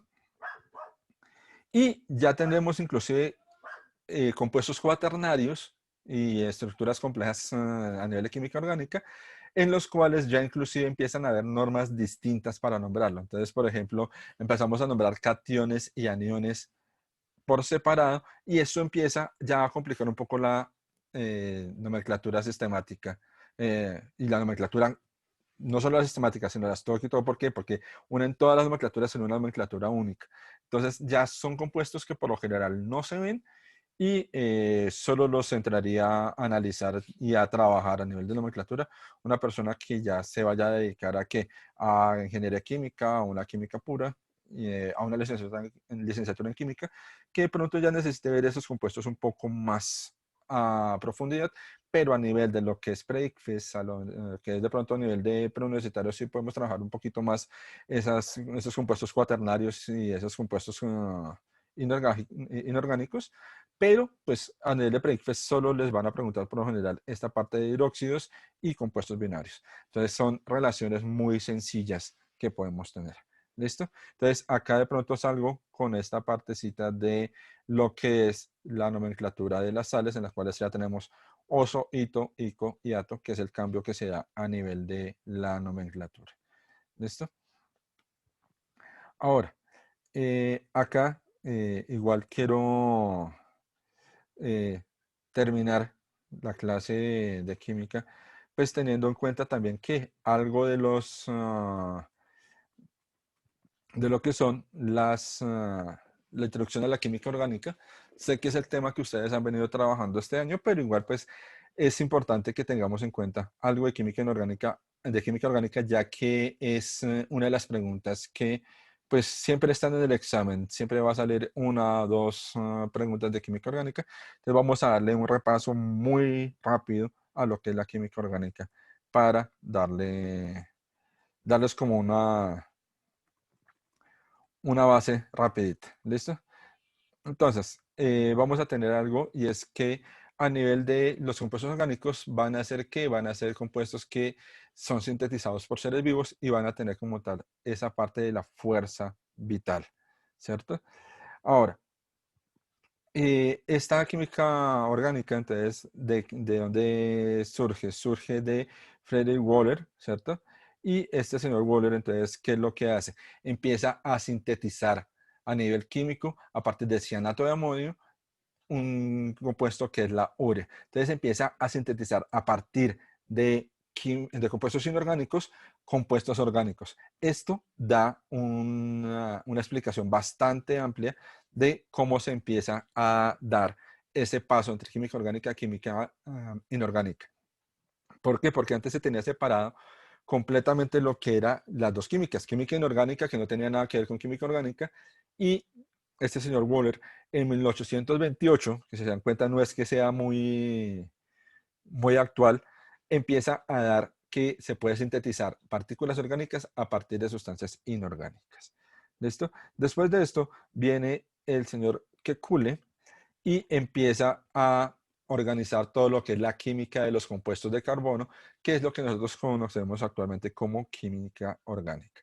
Y la química orgánica en la actualidad, entonces, primero es todo lo que son compuestos de carbono, pueden tener hidrógeno, se exceptúan dentro de la química orgánica los compuestos como el dióxido de carbono, el monóxido de carbono, todos los carbonatos, bicarbonatos y cianuros, ya que todos estos hacen parte de donde hacen parte de la química inorgánica y puede tener también relación con elementos como el oxígeno, el nitrógeno, el azufre, el fósforo y todo el grupo de los halógenos. Entonces, esto es lo que me va a formar la parte de la química orgánica actual. Ahora, en la actualidad, entonces tenemos que a nivel de compuestos inorgánicos tenemos aproximadamente unos 100.000, a nivel de compuestos orgánicos tenemos casi que unos 7 millones. Todos estos entre lo que son plásticos, insecticidas, jabones, medicamentos, gasolinas, fibras textiles, fibras industriales, todo lo que tengamos a nivel de industria actualmente sigue haciendo crecer los compuestos orgánicos y pues algunos inorgánicos. ¿Listo? Entonces, Inorgánicos es como materia viva, o sea, por ejemplo, las manzanas y todo eso. no, cuando O hablamos de inorgánicos, hablamos de todos los que acabamos de hablar nosotros. Hablamos del óxido, hablamos de los hidruros, hablamos de las sales, todo eso es inorgánico. las sustancias puras. Acuérdate que sustancia pura puede ser una sustancia inorgánica, puede ser una sustancia orgánica. Cuando hablamos de sustancia pura, hablamos de la unión de elementos de una sola molécula, ¿cierto? Entonces la molécula puede ser inorgánica o puede ser orgánica. Eso es una sustancia pura. ¿Listo? Entonces, cuando hablamos de sustancias o compuestos inorgánicos, estamos hablando de todos aquellos compuestos que se dan a nivel natural, pero que no tienen que ver con cadenas de carbono. ¿Sí? O sea, vamos a diferenciarlo así. Compuestos orgánicos son compuestos que están formados solo y exclusivamente, ¿por qué? Por carbono. Inorgánicos pueden tener carbono incluido, pero no van a ser compuestos que tengan que ver con la vida. Esa es la otra diferencia. Todos los compuestos orgánicos están relacionados con vida, con animales, con partículas esenciales para que exista eso que nosotros llamamos vida. ¿Listo? Entonces, por ejemplo, acá tenemos algunos de esos compuestos orgánicos que podemos diferenciar, ¿cierto? Les traje algunos para que podamos ir mirando. ¿Listo? Perdón. Entonces, perdón, me vuelvo acá. Entonces, por ejemplo, si tenemos acá, vamos a empezar a identificar, o sea, parto de la base que ustedes ya conocen los grupos funcionales, ¿cierto? Entonces, vamos a empezar a identificar grupos funcionales acá. ¿Listo? Entonces, grupo funcional que yo encuentro acá cuando veo este COOH, ¿qué grupo funcional es? Entonces, fijémonos cuáles son orgánicos y cuáles son inorgánicos dentro de estos elementos que estoy teniendo acá. Entonces, acordémonos que podemos tener, aquí voy a dibujar, en este caso voy a encerrarlos en cuadrito, aquellos que son orgánicos. Entonces, lo primero que yo determino, este COOH es grupo funcional ácido carboxílico, es un compuesto orgánico. ¿Listo? CH3CN, esto también es un compuesto orgánico. Acá también tengo un grupo funcional, ¿cierto? NH4Cl, no es grupo funcional. Fijémonos el otro grupo que yo tengo como Es grupo. más que todos los que tengan carbono y hidrógeno, ¿cierto? Claro, entonces fíjate que, ¿cuáles son los que son grupo funcional? Entonces fíjate que aquí los identificamos ya. Vejamos acá. CH3COH, ¿cierto? CH3CN, fíjate, acá está. CH3 NHCH2CH3, es esta que señalé aquí en dos partes. Y fíjate que los compuestos orgánicos tienen una característica, tienen cadenas de carbono. Los otros compuestos que tengo acá, entonces acá tenemos que carbonato de calcio, ¿cierto? Acá tenemos, y este sí se me fue, ¿cómo es el nombre? Ahorita me acuerdo del nombre, si tú se los doy. Y acá tenemos el cloruro de amonio, ¿listo? Por ejemplo. Entonces, estas son sales y son compuestos inorgánicos. La diferencia con las sustancias orgánicas, ¿cuál es? Que tienen cadenas de carbono. Entonces, esas cadenas de carbono van a tener una característica también, es que van a estar saturadas con hidrógeno y pueden estar relacionadas con elementos halógenos o otros elementos. ¿Listo? Entonces, fijémonos que acá podemos reconocer fácilmente cuáles son esos elementos orgánicos de una manera sencilla. ¿Cuáles tienen cadenas de carbono? Esos son los compuestos orgánicos. Si tienen carbono pero no están en cadena, son compuestos inorgánicos. ¿Listo? Ahora, si vamos a mirar las propiedades del carbono, entonces vamos a tener que el carbono es el que me va a dar todas las estructuras y todas las propiedades de estos elementos orgánicos. La primera, vamos a tener una electronegatividad intermedia. Esa electronegatividad intermedia entonces la va a hacer o va a hacer que el carbono pueda tener enlaces covalentes con metales como con no metales, o sea, puede interactuar con cualquiera de los elementos, ¿cierto? O sea, ya hablamos que es un elemento que puede interactuar con metales y no metales. Adicional a esto, entonces tiene la posibilidad de concatenarse. Entonces tiene esa posibilidad de unirse consigo mismo para formar grandes cadenas. Adicional, el tamaño como es pequeño le va a permitir formar enlaces dobles o triples, ¿cierto? Y podemos tener que acá podemos tener una hibridación SP2, S2P2 y eso mismo lo podemos hablar de que es una hibridación en S, una hibridación P en X, una hibridación P en Y y una hibridación P en Z. Si se acuerdan, acá estamos hablando de los orbitales y de los ejes en el plano cartesiano que puede llegar a utilizar una determinada hibridación de los electrones. Estamos hablando, si se acuerdan, de configuración electrónica. ¿Listo? Ahora, ¿qué otra característica tiene el carbono? Pues tiene precisamente esa característica que me puede dar distintos tipos de enlaces. Entonces, cuando hablamos de enlaces simples, entonces vamos a tener que son enlaces que se me pueden dar entre carbonos e hidrógenos, en los cuales va a estar saturado el carbono. ¿Qué quiere decir que esté saturado el carbono? Que el carbono, aquí voy a volver a empezar a escribir, ¿cierto? El carbono tiene cada uno de sus 4 electrones de nivel de energía más alto ocupados con un átomo distinto. En este caso, estos circulitos que estoy dibujando no son oxígenos, sino que son 4 átomos distintos, ¿cierto? En este caso puede ser, digamos, en el caso del CH4, pues puede ser ¿qué? Puede ser hidrógeno, hidrógeno, hidrógeno, ¿cierto? E hidrógeno. Entonces, está saturado cada uno de los 4 electrones de valencia del carbono con un átomo o un elemento distinto. ¿Listo? En el caso, por ejemplo, de entonces, ¿qué pasa? Pues que tenemos que cada carbono tiene 3 enlaces con hidrógeno y va a tener un enlace entre carbono y carbono. ¿Listo? Entonces, si dibujamos, o si vamos a la estructura de esta partícula, entonces vamos a tener carbono-carbono, tenemos el enlace con cada uno de los carbonos, ¿cierto?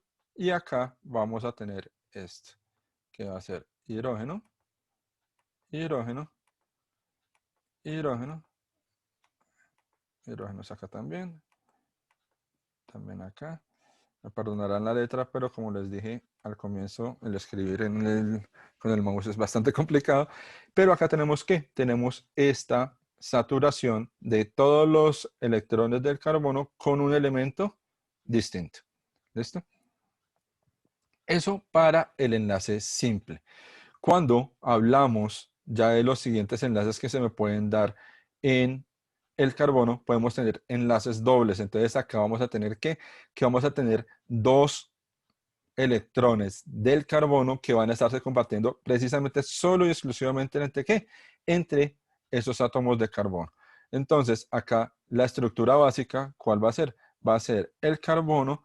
Vamos a tener que entre carbono y carbono tenemos 2 enlaces y el resto de enlaces del carbono, de cada uno de ellos, pues va a estar completado o por hidrógenos, ¿cierto? Esta sería la básica, o por otras cadenas de carbono. Entonces, por ejemplo, acá en el primer ejemplo, este que está aquí, la estructura es esta, ¿cierto? Entonces, fijémonos que acá también podemos tener simplemente un doble enlace con oxígeno que me estaría dando origen a un grupo funcional. Este grupo funcional es el grupo cetona, por ejemplo. ¿Listo? Entonces, esos son los enlaces que se me pueden dar a nivel de enlaces dobles a nivel del carbono. Pero no solo se me pueden dar esos enlaces dobles, sino que también se me pueden dar enlaces triples, en el cual se puede dar entre carbono y carbono o entre carbono y nitrógeno. Esas son las formas en las que se me pueden dar. ¿Listo? Y estos tipos de enlace, pues en lo que son hidrocarburos, me van a dar origen a lo que yo conozco como los alcanos, los alquenos y los alquinos. Alcanos, cadenas de carbono simple, enlaces simples. Alquenos, cadenas en las cuales tengo uno o al menos un enlace doble con carbono. Y enlaces triples, enlaces en los cuales tengo un triple enlace entre carbonos. ¿Listo? Si el doble o el triple enlace es con oxígeno, con nitrógeno o con otro elemento diferente al carbono, entramos a trabajar con grupos funcionales orgánicos distintos. ¿Listo? Entonces, ojo con esto, alcanos, alquenos, alquinos, solo en cadenas de carbono. ¿Listo? Y pues como les estaba diciendo, podemos tener también fórmulas. Podemos tener la empírica, en la cual simplemente mencionamos la parte de la cantidad de elementos que tenemos. A nivel molecular también podemos tener una formación en la cual tenemos 3 carbonos, 6 hidrógenos, 3 oxígenos, pero si se dan cuenta, estas fórmulas no me sirven para identificar cuál es el compuesto con el que estoy trabajando a nivel de química orgánica. Mientras que la más utilizada es precisamente esta forma semidesarrollada, ¿cierto? En la cual puedo identificar cuáles son los grupos funcionales que voy a tener en mi fórmula. Por ejemplo, en este caso podría identificar yo un grupo ácido carboxílico y acá este OH me podría estar hablando que hay un grupo hidroxilo o un grupo alcohol en ese carbono.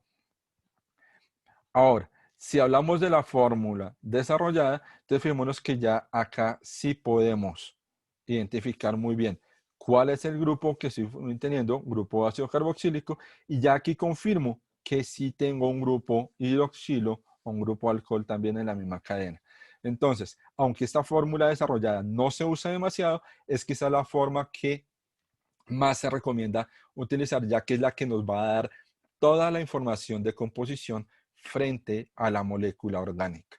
Cuando hablamos de isomeración, de esos isómeros que me estaban preguntando en la sesión anterior, pues era precisamente esto, que yo puedo tener C3H6O3 y puede ser la fórmula molecular para 3, 4 o 5 compuestos orgánicos, que si yo no tengo esta forma semidesarrollada o al menos la forma desarrollada, no voy a poder saber de cuál de los compuestos me están hablando.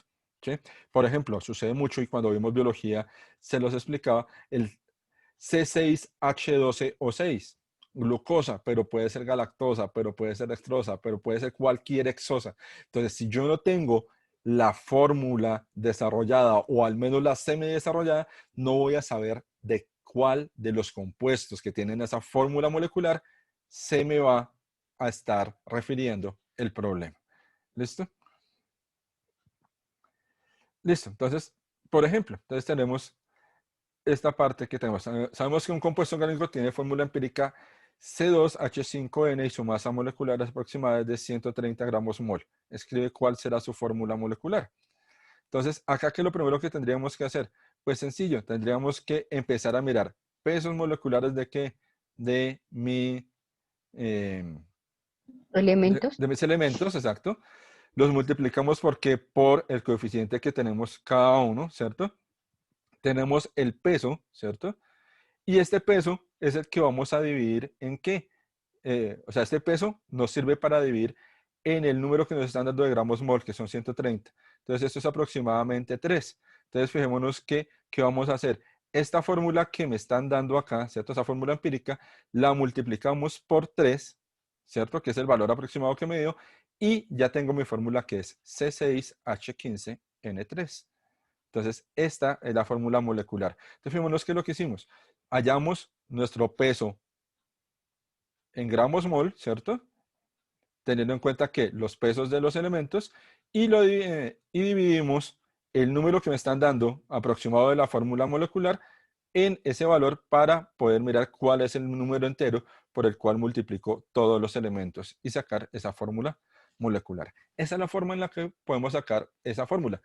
Que si les sale esa pregunta, que es la que siempre me preguntan cuando explico esta diapositiva o este tema, no les van a preguntar eso. Pero, pues, interesante que ustedes sepan de dónde salieron esas fórmulas moleculares.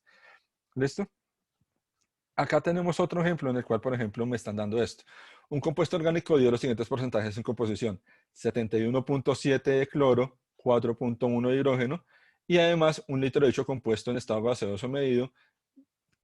Acá, fijémonos, 745 milímetros de mercurio de presión atmosférica y 110 grados centígrados, tiene una masa de 3,12. Entonces, hallar su fórmula empírica y su fórmula molecular. Fijémonos que aquí sí nos están dando valores de ¿qué? De atmósferas y temperatura. ¿Por qué? Porque me están hablando de un estado gaseoso. O sea, me están diciendo utilice la ley de los gases ideales. ¿Cierto? Entonces, lo primero que tenemos que mirar, ¿qué es? Pues empezar a calcular estos 71.7 de cloro, ¿cierto? Frente a su peso molecular, ¿cierto? Entonces, 61.7% por ciento de cloro quiere decir que estos son gramos y el peso del cloro es 35,5. Entonces, acá quiere decir que yo tengo 2 moles de cloro, ¿cierto? Ahora, acá podemos tener también exactamente 4.1 gramos de hidrógeno por una mol de hidrógeno y acá tenemos ya los equivalentes en moles de ¿qué? De cloro, hidrógeno y carbono. Con esos equivalentes en moles, fácilmente, ¿qué podemos hacer? Que nuestra fórmula empírica es CH2Cl, ¿cierto? Ahora, esto vamos a dividirlo por el menor, que es ese 2.02, que es el más pequeñito, ¿cierto? Y nuestra fórmula molecular, entonces fijémonos que acá tenemos que utilizar ese PB igual a NRT. Fijémonos que ya teníamos algunos datos, ¿cierto? Y al despejar, simplemente me quedan ¿qué? Los datos en los cuales tengo 2 carbonos, 4 hidrógenos y 2 cloros. ¿Listo? Simplemente aquí, ¿qué fue lo que hicimos? Despejamos con los datos que teníamos de PB igual a NRT, ¿cierto? Las moles y con esas moles entonces ya calculamos nuestra fórmula molecular. ¿Listo?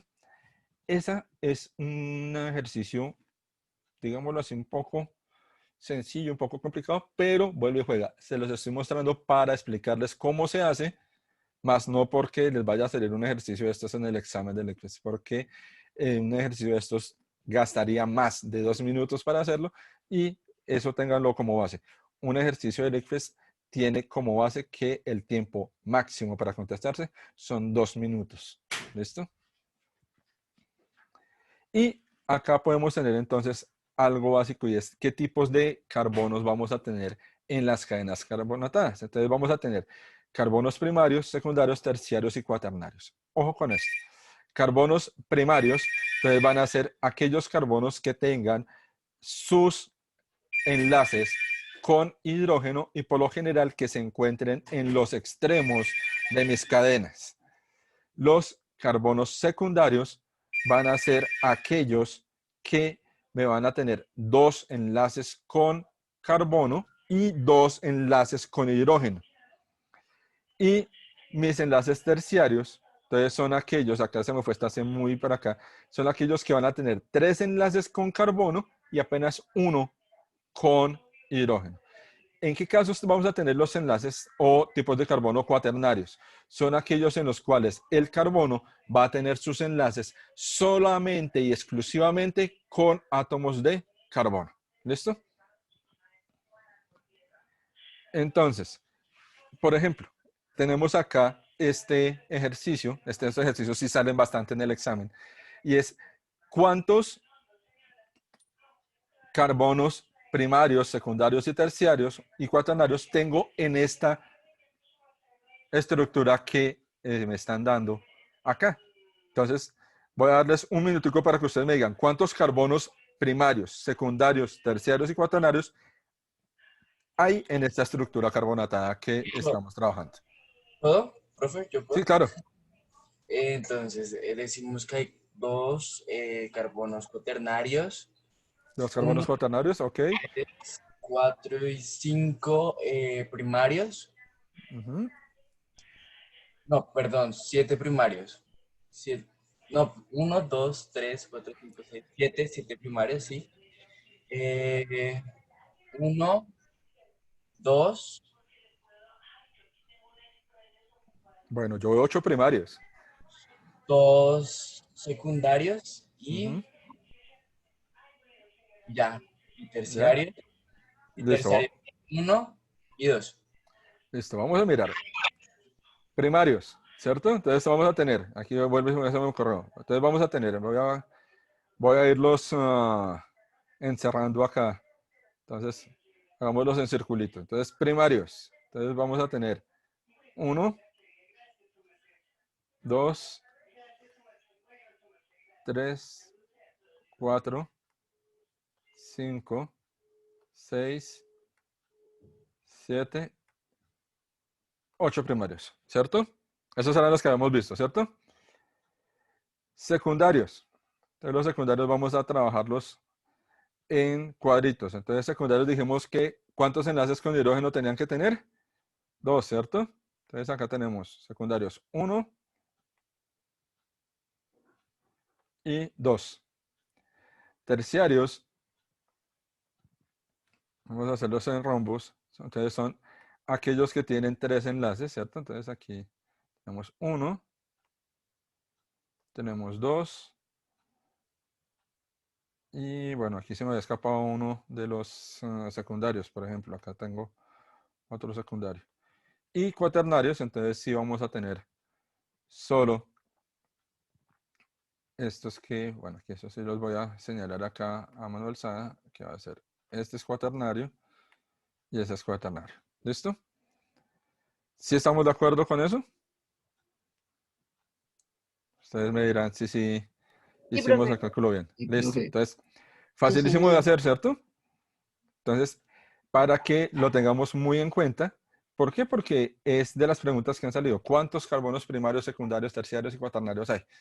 Entonces, puede que les pregunten solo un tipo, pero a veces se le olvida a uno cuáles son los primarios, cuáles son los secundarios, cuáles son los terciarios. ¿Listo? Entonces, bueno, aquí vamos a continuar con nuestra presentación. Y por acá me están haciendo una pregunta. Los secundarios, ok, para Sebastián que se perdió. Entonces, secundarios son aquellos que tienen 2 enlaces con hidrógeno, 2 enlaces con carbono. Esos son los secundarios. ¿Listo? Entonces, vamos a definirlos así fácil. Carbonos primarios tienen 3 enlaces con carbono, 3 enlaces con hidrógeno, 1 con carbono. Secundarios, 2 enlaces con carbono, 2 enlaces con hidrógeno. Terciarios, 3 enlaces con carbono, 1 con hidrógeno. Y cuaternarios, 4 enlaces con carbono. ¿Listo? Entonces no sé si ya le quedó claro a Sebastián esa partecita. ¿Listo? Entonces vuelvo. Listo. Entonces primarios, 3 enlaces con, bueno, pongámoslo más fácil. Primario, 1 enlace con carbono. Secundario, 2 enlaces con carbono. Terciarios, 3 enlaces con carbono. Cuaternario, 4 enlaces con carbono. Tengámoslo más fácil con el número de carbonos. ¿Listo? Listo. Ahora, ¿cuáles son los grupos funcionales y series homólogas? Entonces vamos a hablar de esos grupos funcionales que pueden ser homólogos a nivel de fórmulas moleculares, de fórmulas químicas. Entonces vamos a tener los que son grupos funcionales, que va a ser un átomo o un grupo de átomos unidos de una manera característica y van a determinar propiedades del compuesto en el que están.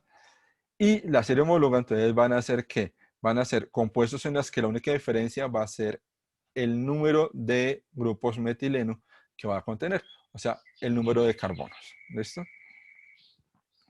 Ahora, los principales grupos funcionales que vamos a tener y están en orden de prioridad van a ser estos: ácido carboxílico, el grupo éster, grupo amida, grupo nitrilo, grupo aldehído, el grupo cetona, el grupo alcohol y vamos a tener el grupo fenol. ¿Listo? ¿Por qué los menciono en orden de prioridad? Porque en este orden es que vamos a nombrar nuestros compuestos químicos. Si yo tengo grupo ácido carboxílico en uno de los extremos de mi cadena y en esa misma cadena tengo un grupo alcohol, tengo un grupo cetona, tengo un grupo amida, esa cadena es un ácido carboxílico. O sea, mi grupo funcional principal, el que le va a dar el nombre a mi cadena, va a ser el ácido carboxílico. Entonces, siempre van a estar en este orden de importancia. ¿Listo? Después de estos, ¿cuáles son? Perdón, aquí me pasé a la que no era.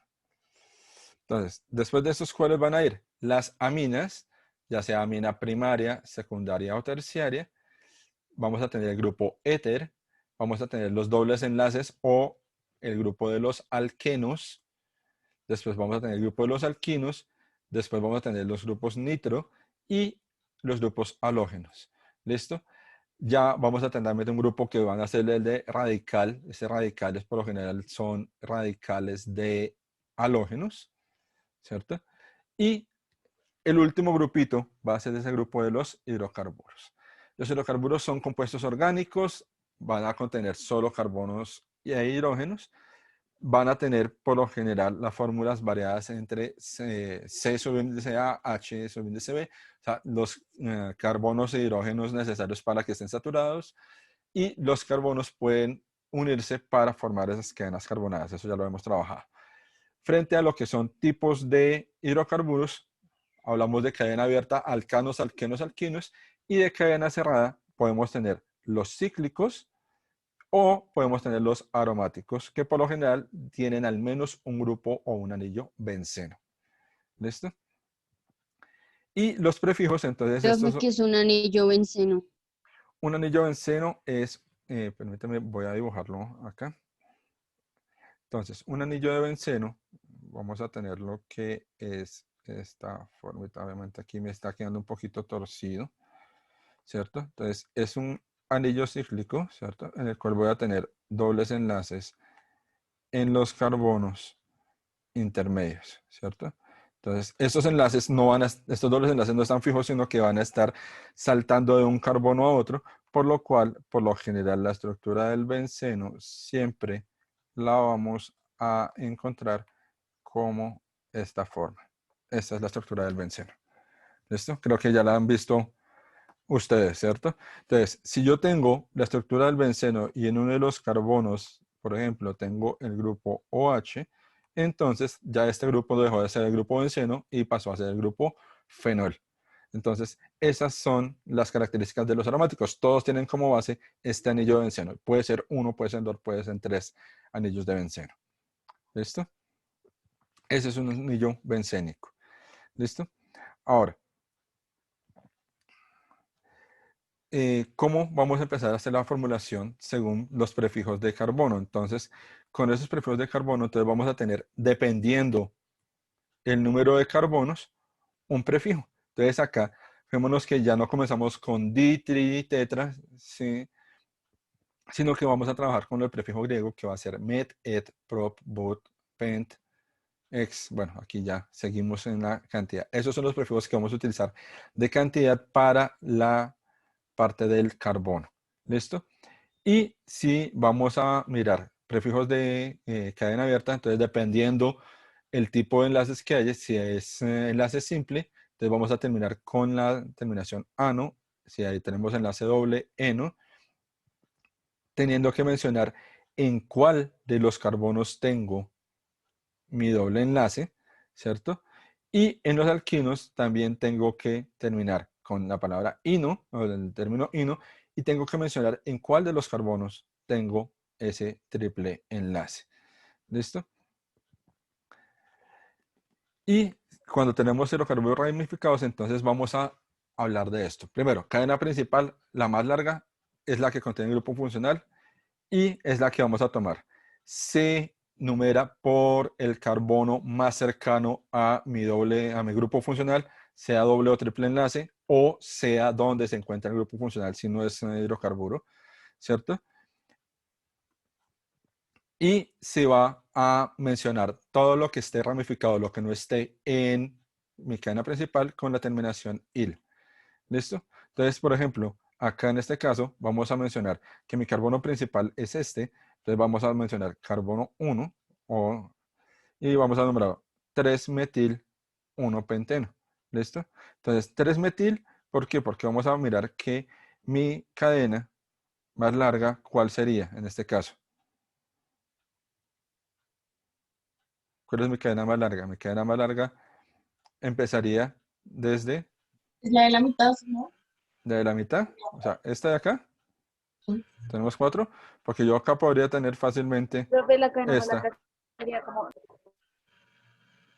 Pero tienes que poner O sea, yo la podría tomar así. Ojo con esto que aquí quiero ponerles una trampita. Puedo tomar que mi cadena más larga es esta, ¿cierto?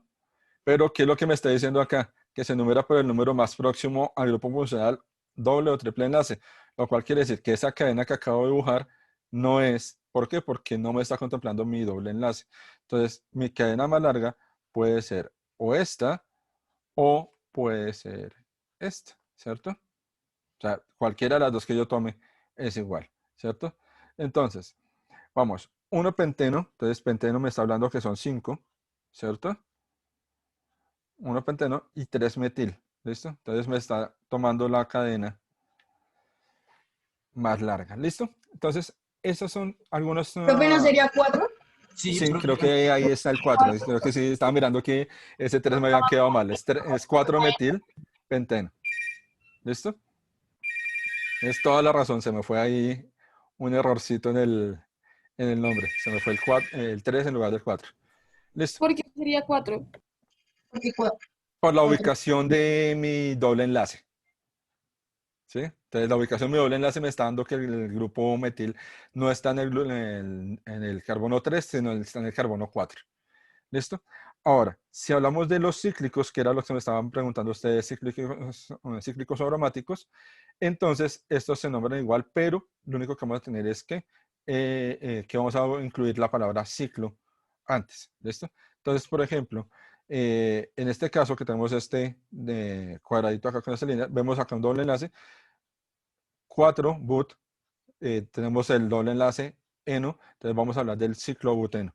¿Por qué no le colocamos ningún número de dónde está el carbono? Porque no sabemos exactamente en cuál de los carbonos está. Entonces simplemente ciclobuteno, entonces sabemos que es una estructura cíclica de 4 carbonos que tiene un doble enlace.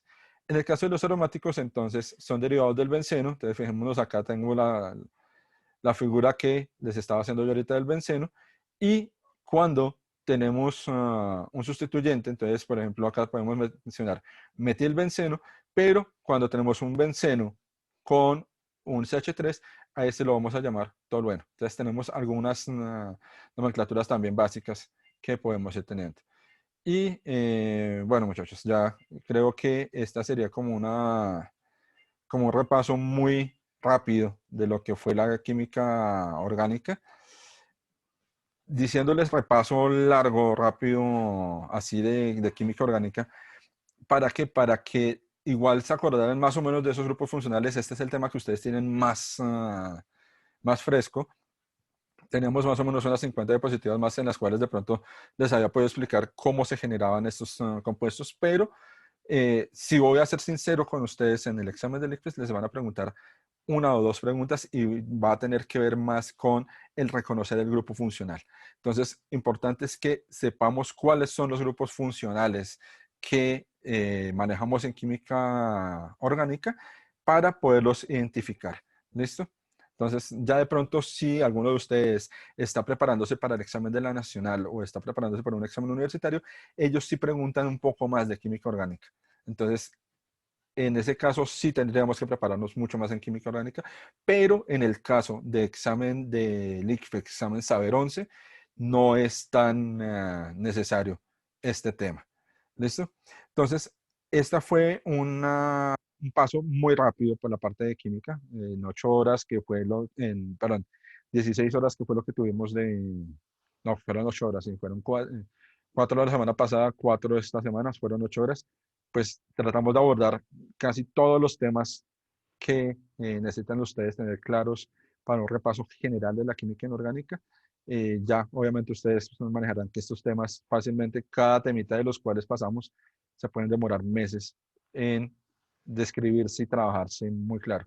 Estamos trabajando en curso intensivo. Espero pues que les haya servido toda esta partecita de la química que estábamos viendo. Y cuéntame. O sea, solamente van a ser 2 sábados de química.